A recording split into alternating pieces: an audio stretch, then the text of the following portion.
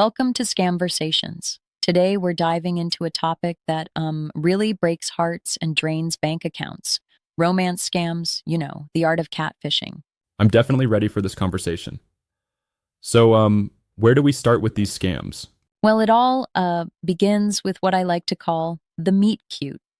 It starts off on platforms like Facebook, Instagram, dating apps, even random emails. You get a message that's like warm and complimentary, sometimes even a bit mysterious.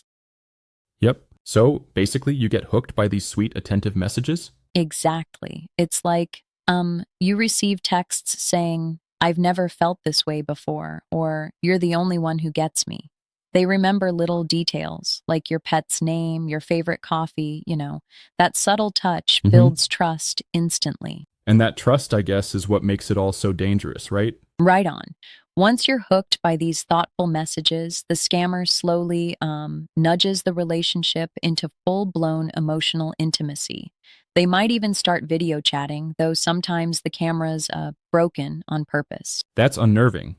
Like, why would someone fake technical issues if they're already good at pleasing you? Yeah, it's really manipulative. It's like um, they want to keep you trusting and comfortable without showing their true self.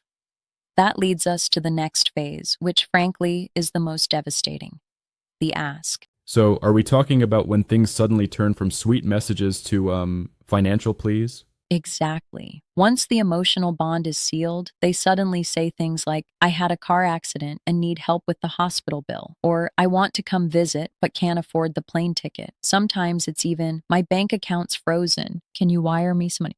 It's,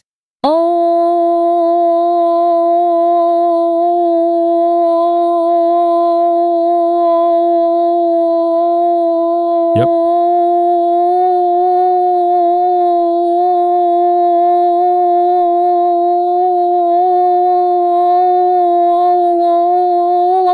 That sounds just like a well rehearsed script. They build you up, then break your heart and take your money. Exactly. They build emotional trust first and then, without warning, create a crisis. And it's not a one off thing, it can stretch over months or even years. Victims send thousands thinking they're helping a future spouse. Wow, that's devastating both emotionally and financially.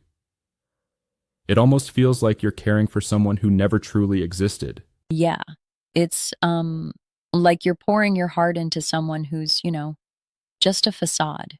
They spin elaborate lies, even sending fake photos and crafting detailed travel plans to keep you hmm engaged. But why would someone go to such lengths, dragging out the scam for months or years? Isn't it riskier? That's a good question. The cycle is designed to keep you off balance. They build trust incrementally, then hit you with a new crisis every time, kind of like pumping you full of hope and then crashing it when you're most vulnerable. Right. So it's a repetitive cycle. Build trust, create a crisis, ask for money, rinse and repeat. Absolutely. And therein lies the cruelty. These scams aren't just about the money, they devastate people emotionally. For instance, there's a case where a woman thought she was dating a U.S. soldier. He promised future dreams and even a house, and she ended up sending over $35,000 in various forms. Uh huh. That's heartbreaking. And I remember another case, right? A man in California was conned by a widow living abroad, lost $11,000 after she asked for help with visa funds and travel expenses. Exactly. These aren't isolated incidents. Each case leaves behind not just an empty bank account, but a broken heart. And the emotional toll can be, just as ruinous as the financial loss. Right. It's like the scars run deeper than any monetary damage. Yep, it preys especially on those who are already vulnerable, people who are lonely, widowed, or isolated. It's like targeting those searching for genuine connection, but ending up, well, getting hurt in the worst way possible. hmm But here's something I've been wondering. Aren't we all kind of at risk in online relationships these days? I mean, isn't this just an extreme version of a broader problem? That's a valid point. There is an inherent risk in any online connection, yet romance scams are uniquely calculated. They boost the victim's emotions high enough that logic takes a back seat. These scammers don't just lie, they weaponize love. Right, I get that. When love's involved, it clouds your judgment even more than usual.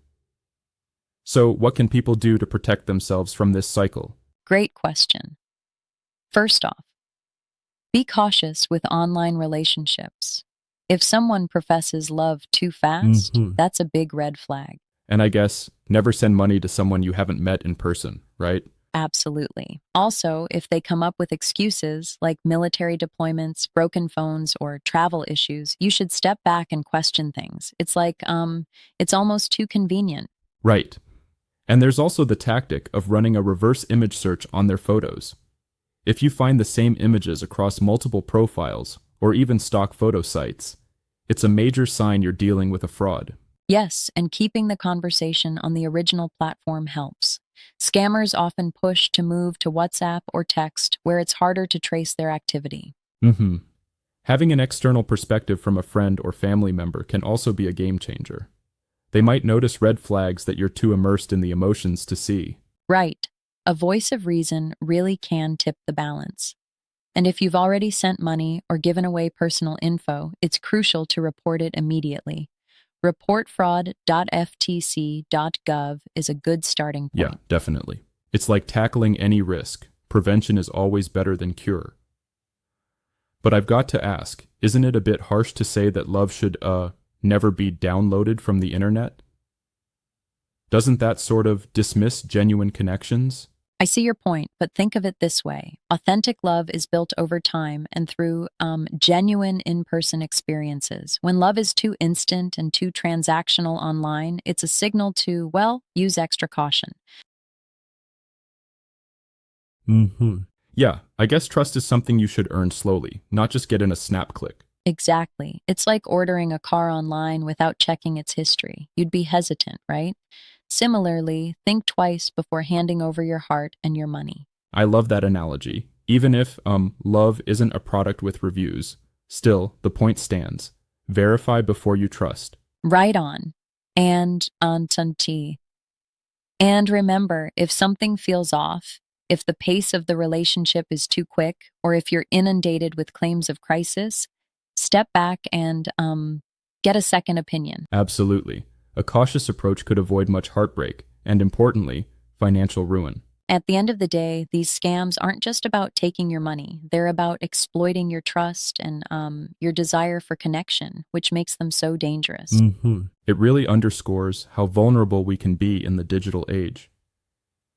Even a seemingly innocent conversation can mask a well-planned scheme. Exactly. They layer the emotional attachment over financial deceit, leaving victims with scars that aren't just monetary. And that's why staying informed is your best defense. I completely agree.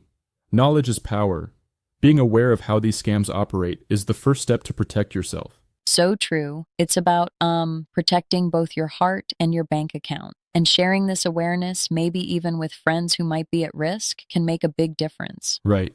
It's a tough topic, but discussing it openly might just be what saves someone from unnecessary heartbreak. Exactly. And while the internet can be a place of genuine connection, it's also a hunting ground for scammers. So keep your guard up, and if something feels too good to be true, it probably is.